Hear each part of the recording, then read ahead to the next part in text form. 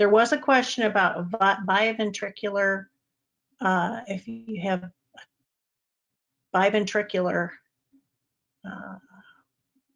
decompensated biventricular heart failure. Sorry. So before answering that, I would just have to say it depends on the context of the documentation, because if there is also documentation of like acute on chronic systolic or right heart failure, then those things need to be taken into consideration. Most typically, biventricular heart failure is going to be a secondary diagnosis. I very rarely, Nancy, I don't know if you ever had, I don't know that I've ever had a biventricular assign as the principal. So it's going to end up being a descriptor for the secondary diagnosis. Oh, someone's asking why the cocaine would be a poisoning instead of intoxication. I think that's how they do it. Yeah, that's chapter specific guidelines.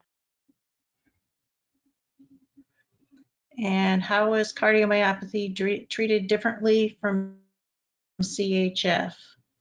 At what point do you determine the cardiomyopathy is accompanied by it, or is it treatment based? Cardiomyopathy can be a part of the CHF, or if you're, so I'm not quite sure.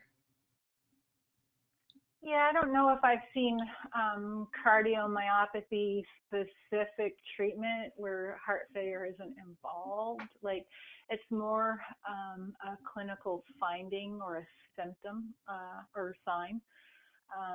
Now, again, you can have the cardiomyopathy and not the heart failure, but all the goal-directed treatment and that. So I guess that would be, if you had that at dysfunction, they could treat a dysfunction with the beta blockers and all of those things that hasn't extended to the level of heart failure. So it's going to be similar. It's a clinical judgment in a diagnosis threshold. So it's really clinically up to the provider to name it based on their judgment.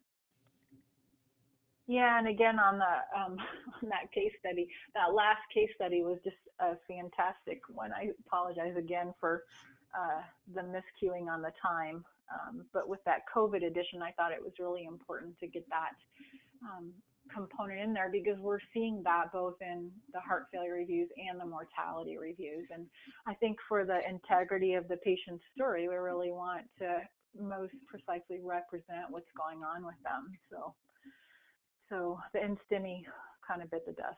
My apologies.